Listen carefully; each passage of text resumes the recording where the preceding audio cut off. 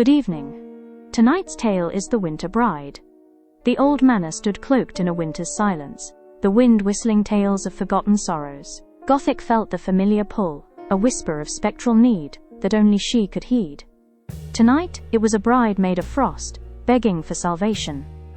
A chilling draught swept through the decaying halls as Gothic stepped inside. The air grew heavy with grief, and the faint scent of frost filled her nostrils. There, in the grand ballroom, stood a figure of ice and sorrow. "Help me," Elara whispered, her voice like the cracking of ice. "My heart is frozen, and I fade with each passing frost." Gothic felt a pang of sympathy for the spectral bride's plight. "Tell me your story, Elara," Gothic urged, her voice soft and comforting. "What sorrow has frozen your heart so completely?" The winter bride hesitated, then began to speak of betrayal and loss. Elara spoke of a love promised, a wedding day betrayed.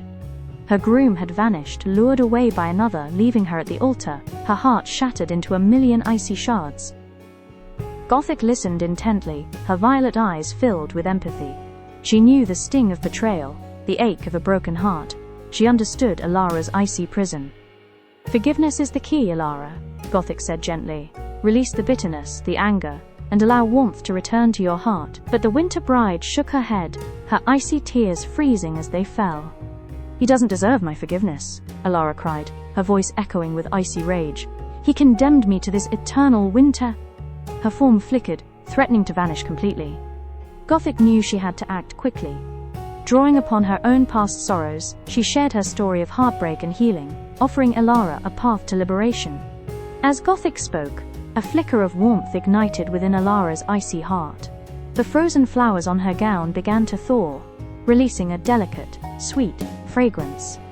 With a deep breath, Elara released her anger, her sorrow, her frozen expectations. A wave of warmth washed over her, melting the ice that had held her captive for so long. Elara smiled at Gothic, her eyes now filled with gratitude. "Thank you," she whispered. "I am free."